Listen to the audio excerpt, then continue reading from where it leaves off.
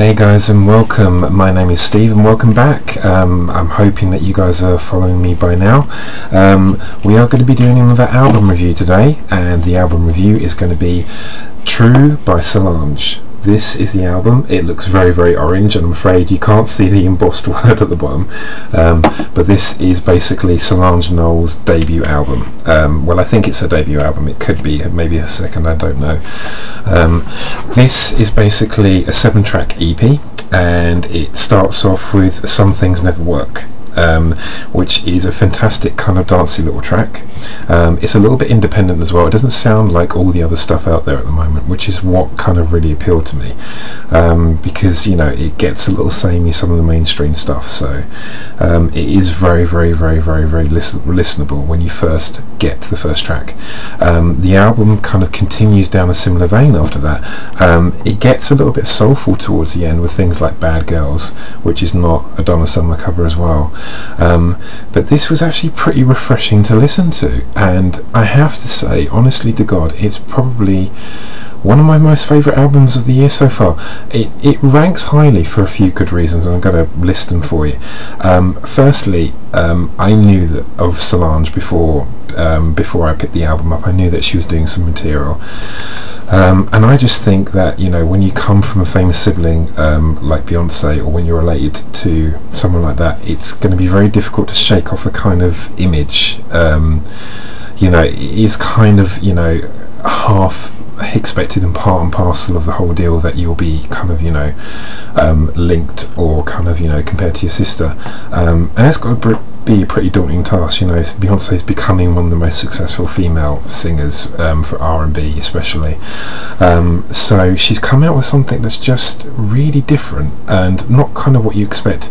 It's quite low-key as well. It's not a big release. It's not gonna, you know, set the charts alight, unfortunately, which I think it does deserve to do, and it's not going to be #1 next week, but I think that this is the kind of album that's going to be a starting block for her. I think, you know, a few years when you look down the line, I think it is going to be a case of, you know, she's going to be more successful, and people are going to be looking at this album and go, wow, this was a really, really good debut album.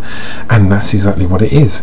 It's 7 tracks of mellow kind of danciness, kind of urging into R&B at the end, and never really kind of, you know, going too far over that it makes you want to turn it off.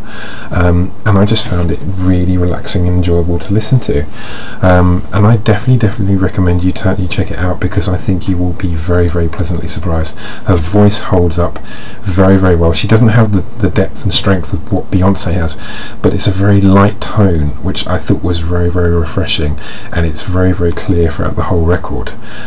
So I definitely do recommend that you check it out, guys. I'm going to be putting some links down below. You look at my big hands. So yeah, if you want to check that out, please do. There's going to be 1 or 2 YouTube links down below, and I hope that you do enjoy listening to it. If you do want to pick it up, you can get it at HMV, if there's any stores left near where you are, or if you're in America, you can maybe check out somewhere like Best Buy or somewhere like that. You can also probably get it online, but I won't mention those dastardly Amazon people. And if you do want to check it out, by all means, just simply look at some of the video links below. One last thing that I'm going to leave you with tonight, and one last kind of final thought, is talking about the Brit Awards 2013. Now, they took place yesterday.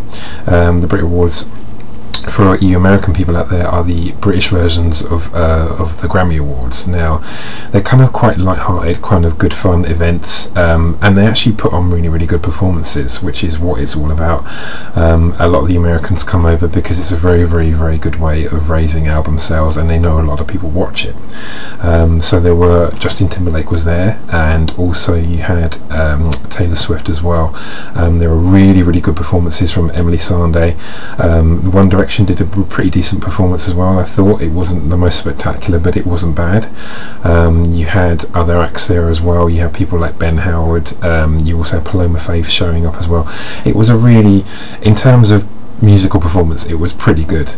I just don't understand why it still felt so bad because James Corden, who's the guy who was doing the presenting, he's a stage actor and a comedian, and he's really, really funny, but the script was just really letting him down. Obviously he was doing it from auto cue, but it made it feel like a really, really boring night, and it wasn't, because you had all these big name acts, you had, you know, people coming and going, and, you know, people picking up awards. You had Mumford and Sons as well. You had Adele doing a very, very good one. Of the highlights was Adele's acceptance speech by video, and it was just the middle parts in between. Just, you know, you need something to kind of glue it together, and, you know, you do need to have a good script and a good host, and I'm sure that James is a good host, but he didn't have a good script to work from, and he just felt very awkward. You know, his face, you know, you can see from my face I'm getting quite red and shiny quite now, but he was really like, the light was just glimmering off his head, because I think he was just sweating so much, and he couldn't quite relax properly, and he couldn't quite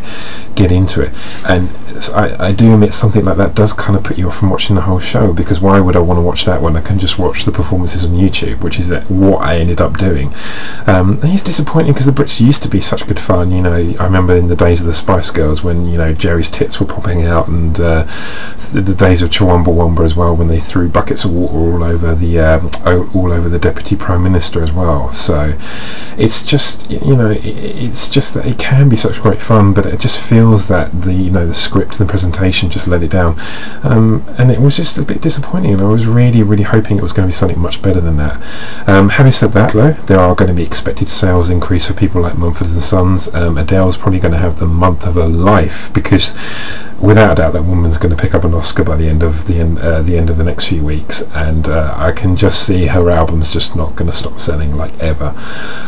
So yeah, so it's going to be a pretty big few weeks for those two acts individually as well. So yeah, there are some new things to look out for on the horizon as well. If you do like Solange Knowles, or Solange as she's known, because she doesn't want to be known as Beyonce's sister in the musical sense, I don't think. If you do like that as well, I will post another link to another group that I quite like, and I will be reviewing quite soon, the Noisettes. They're very, very, very, very likeable as well, and have a similar kind of style. And I am going to be doing some bad reviews as well. I'm not always going to be doing good stuff. I'm going to be pointing out the crap that I kind of thought was pretty dire, actually. So some of those are going to be coming up. I'm not going to give those away, because I think that would be a bit kind of I think that would be a bit too much. But ones that are coming up in the next few weeks are going to be Vanshi, as I've mentioned before as well. I'm going to be doing The Killers, and I'm going to be doing a few other acts as well, so please make sure you subscribe. I have got a Twitter page link down there as well, so if you want a link to my Twitter page, please do.